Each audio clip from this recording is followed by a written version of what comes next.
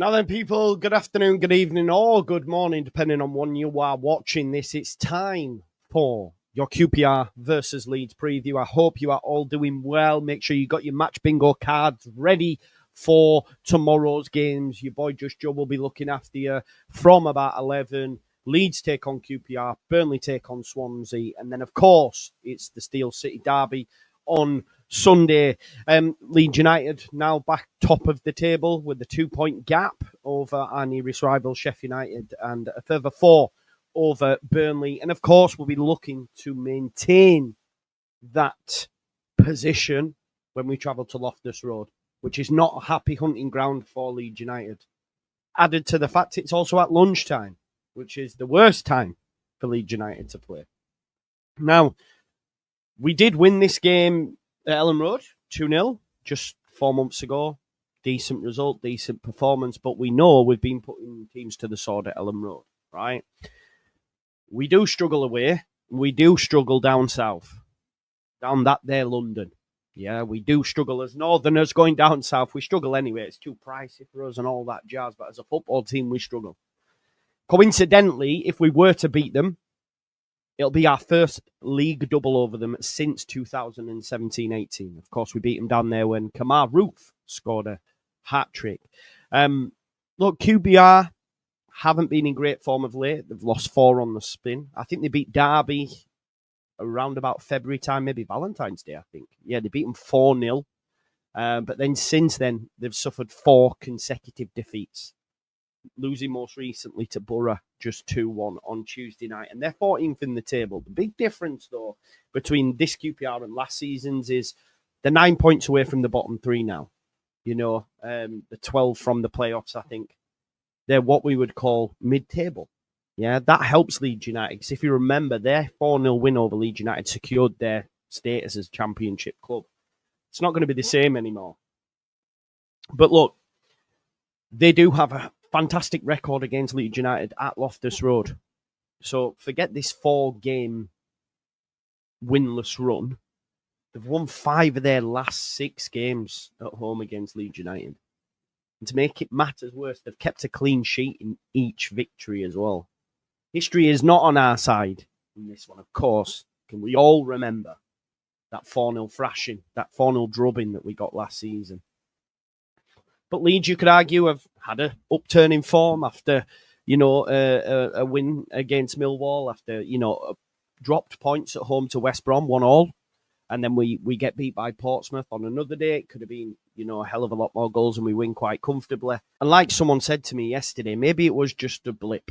That win against Millwall stopped it becoming a wobble. It was just a blip. We can't win them all. This is the championship. And as Chris Wilder says, the championship will championship. Now, if we just take Loftus Road and QPR out of it, we have the 3rd best away record in the championship, which is mad when you consider we had that period where we couldn't win.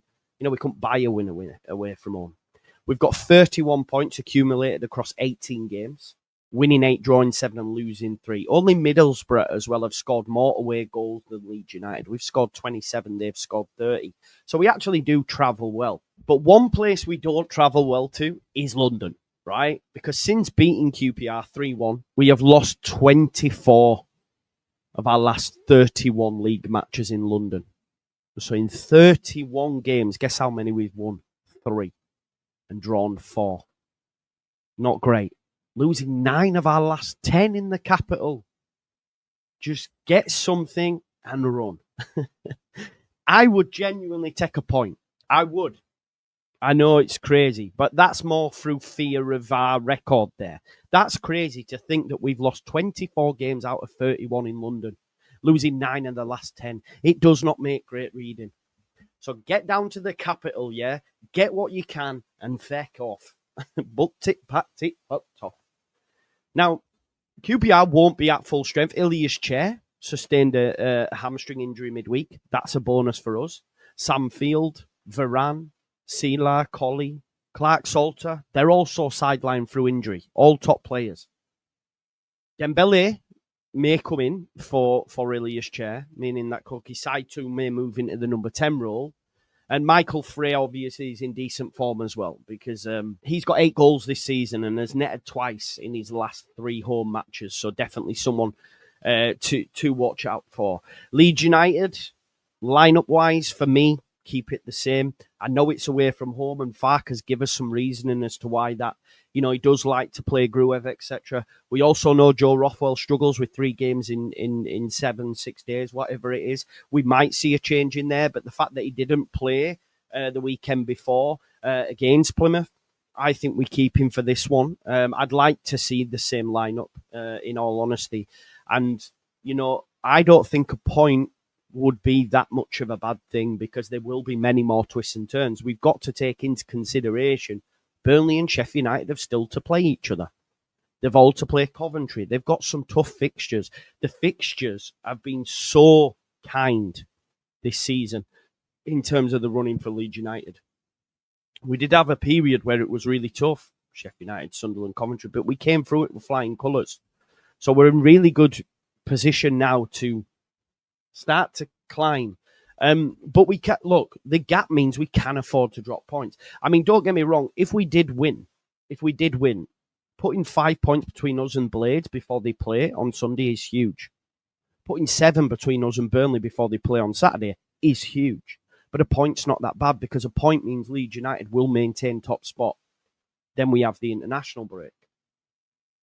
So whichever way you look at it, as long as we don't lose, it ain't a bad result. Of course, performance dictates it. We might play poorly and it'll be 0-0 and everyone will moan and grumble. But look, there are 9 games left now. It's just about not getting beat. And as Farker told us, win them 5 home games, which I expect us to do, we'll get top 2. And then you just pick up the odd points away. Maybe you'll get a win in there. If this is earlier on in the season, I'm like, yeah, we win this. Come on, let's move. But with it being tight and pressurised and knowing that there's just 9 games left, I don't think a point on the road at QPR Place, where we haven't won since 2017, down in London where we've lost our last 24 or 31, just get something and run.